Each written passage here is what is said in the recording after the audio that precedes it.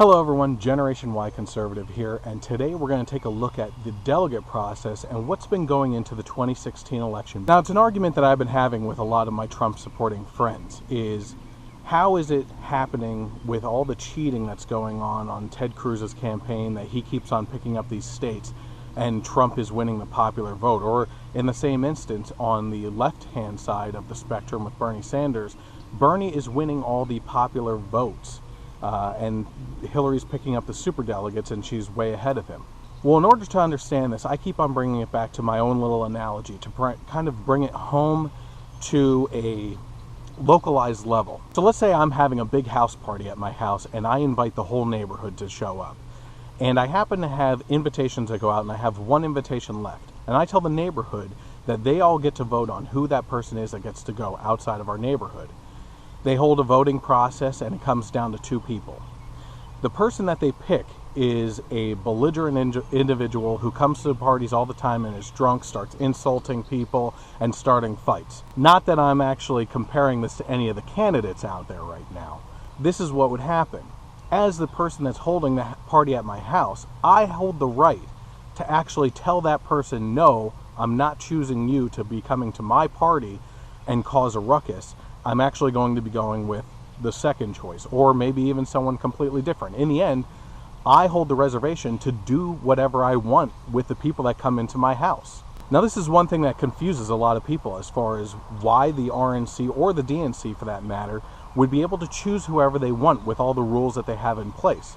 Well, the fact of the matter is, the RNC and the DNC are private organizations, and that's hard to understand when you're looking at it, because we're actually voting in those two blocks for the most case, until you look back in time to the early 1900s even, when you actually had parties like the Socialist Party, the Communist Party, the Jobless Party. And we'll get back to where we can go in the future to get back to that sort of thing, but right now it's narrowed down to the Democrats and the Republicans. So what happened in Colorado with Ted Cruz? He picked up the most delegates, the people didn't go to vote, and it's claimed by the Trump campaign that this was cheating on his part for picking up these delegates when the people didn't even get to vote. The fact of the matter is, when you're having a discussion with a Trump supporter and they start talking about this, the only question you have to ask them is, who elected the delegates? How did they get their position? How did they become delegates? The answer to that paints them into a corner, because the delegates are chosen by the people, as most states know that have gone through the primary process already. We get to vote on those individuals. And all it takes is a little bit of homework for you to find out what candidate they support. So in the end, the people do have a choice. But shortly after the Colorado primary, what Trump said was that this was a glaring example of how this has changed, and it's a glaring example of cheating, and that this is not the way a democracy works. Well, I have news for Donald Trump and his supporters that believe that. This is not a democracy. Google, this is a new tool that's out there for Trump and his supporters, but you can actually Google, is the United States a democracy? And you'll actually find that it's a republic. We have a democratic style of voting to get people into office, but there's a big difference between a democracy and a republic. A republic, we elect representatives to represent us at the state and federal level, even at the local level. In a democracy, the majority rules. 51% of the population, by popular vote, would get to swing matters in the direction that they want. Now, this sounds like the way that you would want things to work, but I think we can all agree that on all sides of the political spectrums, there are people that don't understand politics at all and jump in at the last second to vote for people that they have no idea about where they stand, or their stances, or their policies that they support. So there's a lot of politically ignorant people out there. I think both parties are very afraid of a majority of people deciding something for everyone, instead of having people that are elected and put there to represent us and vote in an arena of ideas. Another thing I keep on coming back to for people is that this is a game. It's a political game, right? In the end, if you're listening to the words that are coming out of my mouth right now, your vote does not matter. And that really sucks to hear. What your vote signifies is your option for a candidate that you want your party to have as the representative of that party. But in the end, they don't have to pick that person. This is a private party. They can actually take a person with no votes, change the rules, because the rules change every 4 years, and put in whoever the heck they want. And it sucks. The whole primary process sucks, and I'm not disagreeing with that at all. If you're arguing about the primary process being a corrupt system and that everything's convoluted, I am right there with you, okay? It's not that I'm a Cruz supporter that's only saying this now because Donald Trump is in the lead and Cruz may get it in the convention with a contested convention process. The processes do suck, and it's different by states as well. But if you're a constitutionalist or a conservative or even a hardcore Republican, you have to admit that the delegates representing us is a sign of what a republic is supposed to be. If you are a conservative and you believe in states' rights, then you also believe that the states have the right to choose their delegates however they want and to whether or not to have a primary or a caucus. I think we can all agree that it would be great to have something level across the board that everyone can understand, but this is not the way it is. And these candidates jumped into the race last year knowing what the rules were.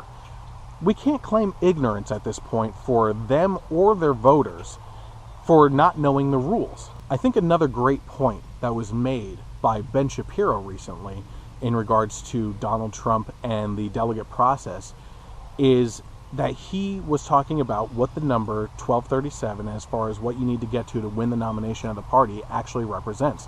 And what it represents is 50% of the delegates plus one. Now everybody keeps on saying that Donald Trump has the will of the people.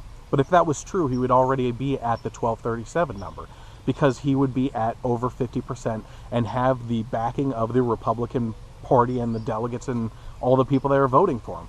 He's not there. But Ben Shapiro actually jumps into it a little bit further and talks about how Ben Carson, Marco Rubio all have their own delegates still tied up with them, and that those people are not fairly represented as delegates anymore, because the delegates should be able to change their mind now in a contested convention to go to one of the remaining 2 or 3 in John Kasich's case, even though he didn't hit the 8 states winning to be eligible for this according to the current rule system. But those delegates should be able to choose between the remaining 2, and their voices aren't heard. But of course, Trump supporters don't want to talk about that because they know that the majority of those delegates would switch over to Cruz. You either love Donald Trump or you hate Donald Trump. And at this point, everybody knows that. I liken this to playing a board game at your family's house and having a family game night, right? So I think a lot of people are familiar with the kids' games, Chutes and Ladders.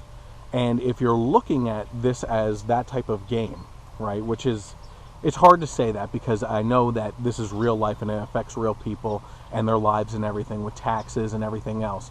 But it is a very big game. That's the way it is. So Chutes and Ladders, right? You have Ted Cruz and Donald Trump playing this game, or any candidates. You can look back in history.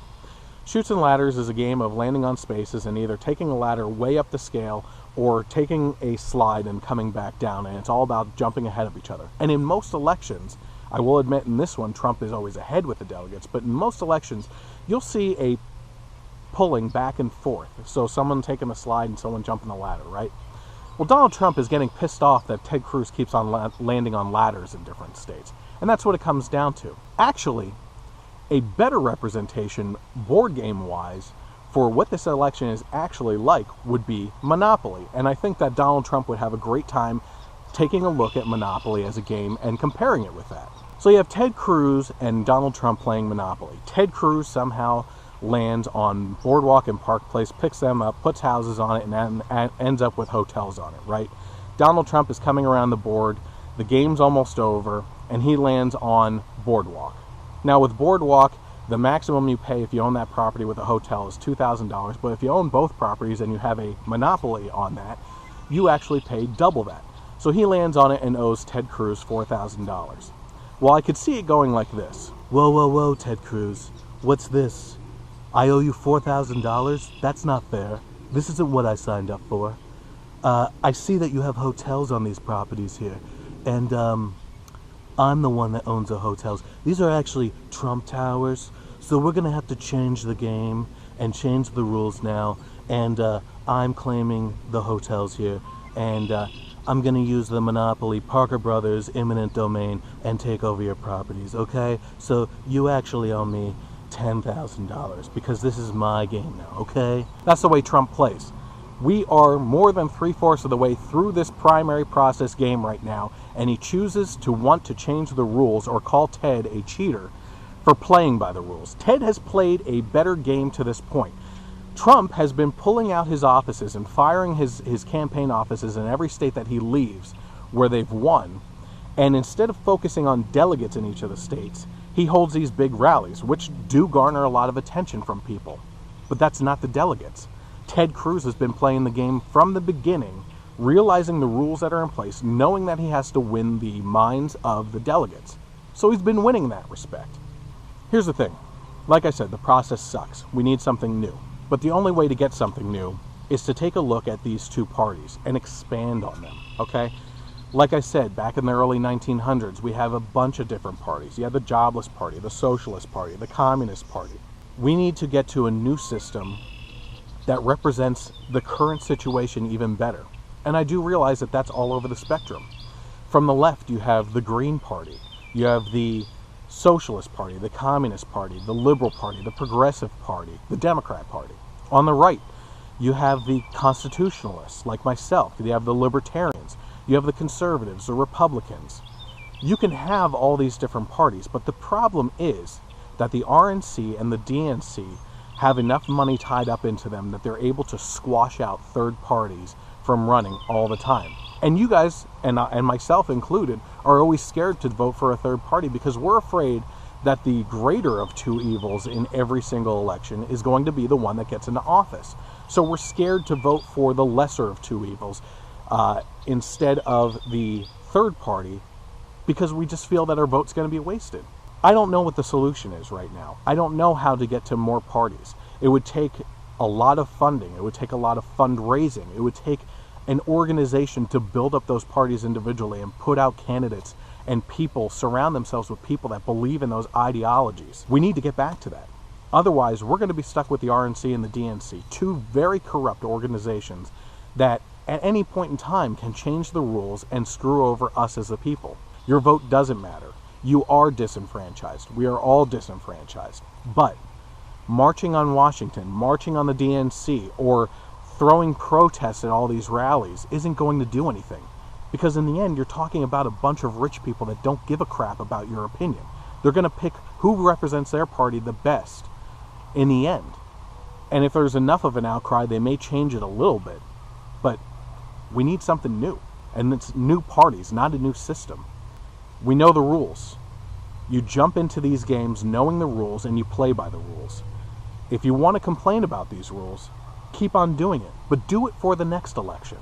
This election is already almost over for the primary process, and changing the rules now doesn't make any sense. I appreciate you watching my video, and I hope you learned a little something. If you're interested in learning more from me, you can click on the link over here to subscribe to my channel. You can also click on like and share below to share with your friends and family and hopefully teach them something as well. In the meantime, I'll catch you for the next video on the Generation Y Conservative.